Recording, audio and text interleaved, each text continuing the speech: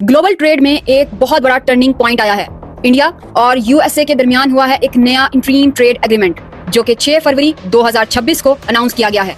इस डील के मुताबिक अमेरिका ने इंडिया की गुड्स पर जो 25% रेसिप्रोकल टैरिफ लगाया था उसे कम करके 18% कर दिया है। वहीं इंडिया ने कमिटमेंट दी है कि वो यूएसए के इंडस्ट्रियल और एग्रीकल्चरल प्रोडक्ट्स पर टैरिफ्स और नॉन टैरिफ बैरियर्स को खत्म या फिर बहुत कम कर देंगे। टैरिफ्स वो डायरेक्ट टैक्सेस होते हैं जो इंपोर्टेड गुड्स पर चार्ज किए जाते हैं। वहीं नॉन टैरिफ बैरियर्स ऐसे रूल्स होते हैं जो गवर्नमेंट की जानिब से यूज किए जाते हैं, जिनका पर्पस इंपोर्ट्स को रिस्ट्रिक्ट करना होता है और डोमेस्टिक इंडस्ट्रीज को प्रमोट करना होता है। और इन इंपोर्ट्स को रिस्ट्रिक्ट किया जाता है कोटा से, लाइसेंसिंग से, कस्टम डिलेज से, एम्बार्गो से। सो ये जो सारे प्रोसीजर के जरिए से जो इंपोर्ट्स होती हैं उन्हें रिस्ट्रिक्ट कर दिया जाता है। तो इंडिया ने क्या कहा है, ये कमिटमेंट दी है यूएस को कि वो टैरिफ्स भी कम कर देंगे और नॉन टैरिफ बैरियर्स भी कम भी कर देंगे और खत्म भी कर देंगे। मतलब इस पे वो नेगोशिएट करेंगे यूएस के साथ और चांसेस हैं कि इन दोनों चीजों को कम या खत्म कर देंगे।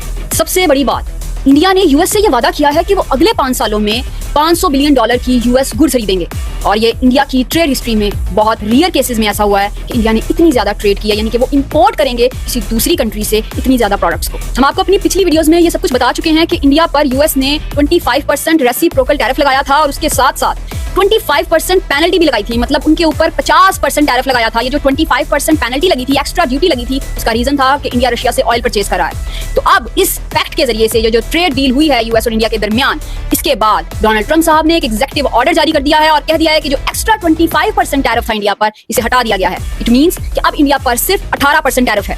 लेकिन बात यहाँ सोचने वाली है कि 50% टैरिफ से 18% टैरिफ पर तो इंडिया आ गया है। वहीं इंडिया ने क्या कमिटमेंट किया है कि वो टैरिफ्स को कम या खत्म कर देंगे। इनफैक्ट नॉन टैरिफ बैरियर्स पर भी नेगोशिएशन का वादा किया है। यहाँ पर आपको एक बात बता दूं कि ये जो 25% पेनल्टी लगी थी इंडिया पर, ये रशियन ऑयल परचेज करने की वजह से लगी थी। और ऐसा नहीं है कि डोनाल्ड ट्रंप साहब ने ट्रेड डील में ये रशियन ऑयल परचेज करने वाली पेनल्टी को सिर्फ इसी वजह से हटा दिया है कि ये ट्रेड डील साइन होने जा रही है। नो, इंडिया ने यूएस से ये वादा किया है कि अब वो रशिया से ऑयल परचेज नहीं करेंगे। इसी वजह से ये पेनल्टी खत्म हुई है। इट मींस इंडिया ने यूएस के आगे सरेंडर किया है इस चीज पर। इसके जरिए से डिफेंस कॉपरेशन भी बढ़ेगी अगले 10 सालों तक। दोनों कंट्रीज सेंसिटिव टेक्नोलॉजीज के एक्सपोर्ट कंट्रोल और थर्ड कंट्रीज के नॉन मार्केट पॉलिसीज पर भी मिलकर काम करेंगी।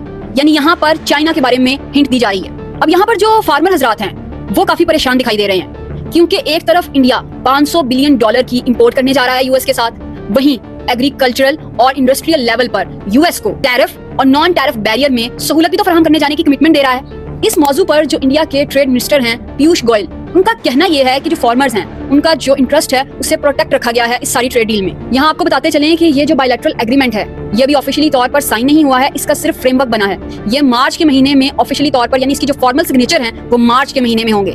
सवाल ये उठता है कि क्या ये डील इंडिया के लिए फायदेमंद है या फिर एक सरेंडर है।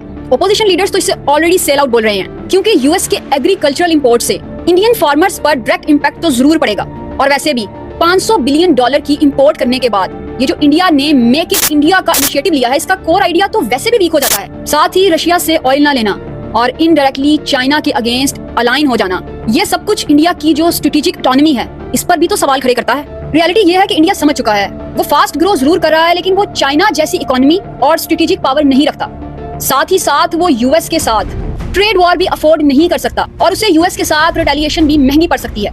इसलिए इंडिया की अप्रोच अब कन्फ्रंटेशन से ज्यादा अकोमोडेशन की हो चुकी है, यानी लड़ने की बजाय निगोशिएट करना। इसकी सबसे बड़ी एग्जांपल ये है कि इंडिया ने ईरान में जो चाबहार पोर्ट को वो कंस्ट्रक्ट कर रहे थे उसको पॉज कर दिया। साथ ही रशिया से जो ऑयल इंपोर्ट किया जा रहा है उसको भी रोक दिया है। ये डील एक तरफ अपॉर्चुनिटी जरूर है लेकिन दूसरी तरफ मजबूरी भी है। सवाल ये नहीं है कि इंडिया को इस डील से क्या क्या मिला है, सवाल ये है कि इंडिया ने इस डील की वजह से क्या क्या छोड़ दिया है।